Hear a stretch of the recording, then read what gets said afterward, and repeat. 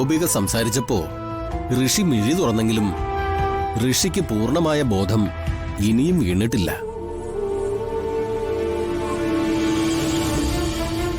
ബോധത്തിന്റെയും അബോധത്തിന്റെയും മധ്യയാണ് ഋഷി ഇപ്പോ ഉള്ളത്.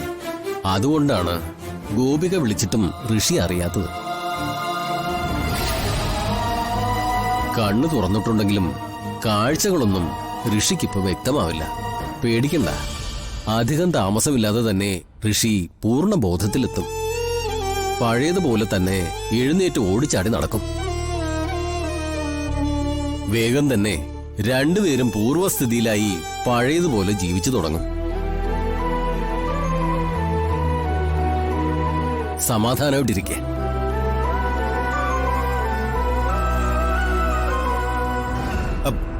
സ്വാമിച്ച,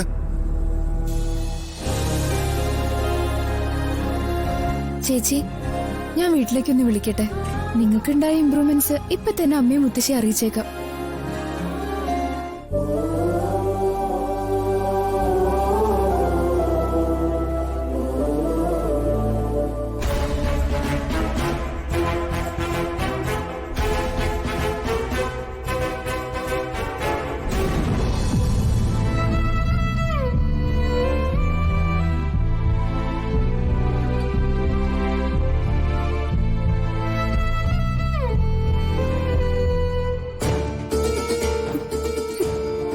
സ്മൃതി,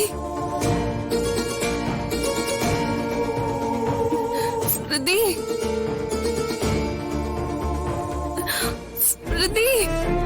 അമ്മേ, ഞാനിപ്പോ വിളിക്കാം.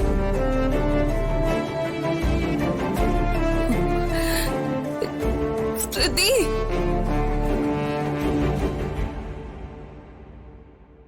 എന്താ ചേച്ചി? മോളെ, എന്റെ ഫോണൊന്ന് എടുത്തു തരൂ. വീട്ടിലേക്കൊന്ന് വിളിക്കണമായിരുന്നു. ചേച്ചിയോടും മുത്തശ്ശനോടൊക്കെ സംസാരിച്ചിട്ട് എത്ര ദിവസമായി. ചേച്ചിയുടെ ഫോൺ ഇവിടെ ഉണ്ട്, ഞാനിപ്പോ എടുത്തിട്ട് വരാം.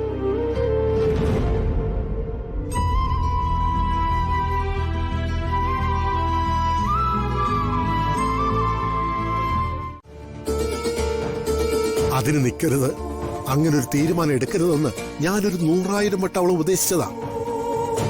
പക്ഷെ അവളതൊന്നും ചെവിക്കൊള്ളാൻ തയ്യാറാകുന്നില്ല.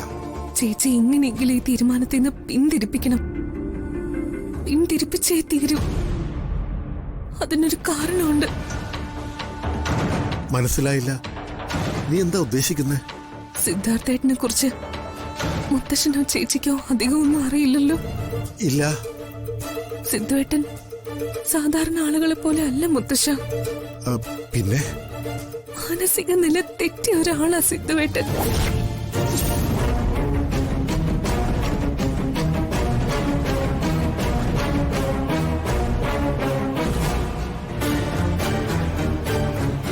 അങ്ങനെ ഒരാളെ എങ്ങനെയാ മുത്തശ്ശ നമ്മുടെ ചേച്ചിക്ക്? അത് ശരി. അതുകൊണ്ടാണ് അഞ്ജിതയും അഭിഷേകുമായുള്ള വിവാഹത്തിനൊപ്പം തന്നെ ദേവികയും സിദ്ധാർത്ഥനും തമ്മിലുള്ള വിവാഹം നടത്തണമെന്ന് അവര് നിബന്ധന വെച്ചത്. എന്നിട്ട് അങ്ങനെ ഒരു പ്രശ്നം സിദ്ധാർത്ഥനുള്ളതായിട്ട് അവർ പറഞ്ഞതുമില്ലല്ലോ. അതെനിക്ക് തോന്നി. മുത്തശ്ശ, ഗോപിക വിളിക്കുന്നു. അവൾക്ക് സംസാരശേഷി തിരിച്ചു കിട്ടി. മോളെ ഗോപു. ചേച്ചി, എത്ര ദിവസമായി മോളെ ഞാൻ നിന്റെ ശബ്ദം ഒന്ന് കേട്ടിട്ട്. എന്തെങ്കിലും ഒന്നും മിണ്ടിയിരുന്നെങ്കിലും ഞാൻ എന്നും ചിന്തിക്കും. പറ മോളെ. അത് ചേച്ചി, ഞാൻ വിളിച്ചത് ചേച്ചിയോട് പ്രധാനപ്പെട്ട വേറൊരു കാര്യം പറയാൻ വേണ്ടിട്ടാ.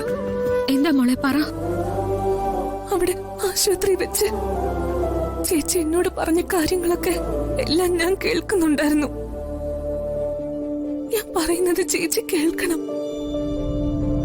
സിദ്ധുവേട്ടനുമായിട്ടുള്ള വിവാഹത്തിന് ചേച്ചി സമ്മതിക്കരുത്.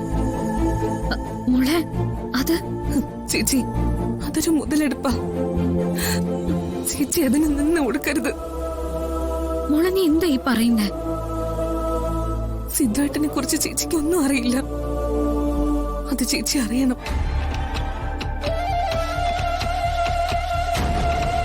ഇനി എനിക്കൊന്നും അറിയാനില്ല കുട്ടി. അങ്ങനെ പറയല്ലേ ചേച്ചി. ചേച്ചി അത് അറിയണം.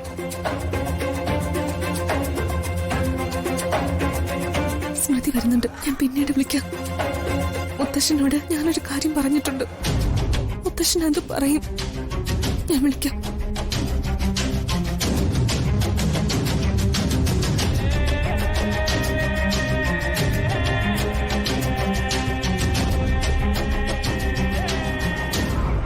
മുത്തശ്ശ, ഗോപി എന്താ മുത്തശ്ശനോട് പറഞ്ഞത്? സിദ്ധാർത്ഥനെ കുറിച്ച് ഞാൻ എന്ത് മനസ്സിലാക്കണമെന്നാ ഉദ്ദേശിച്ചത്?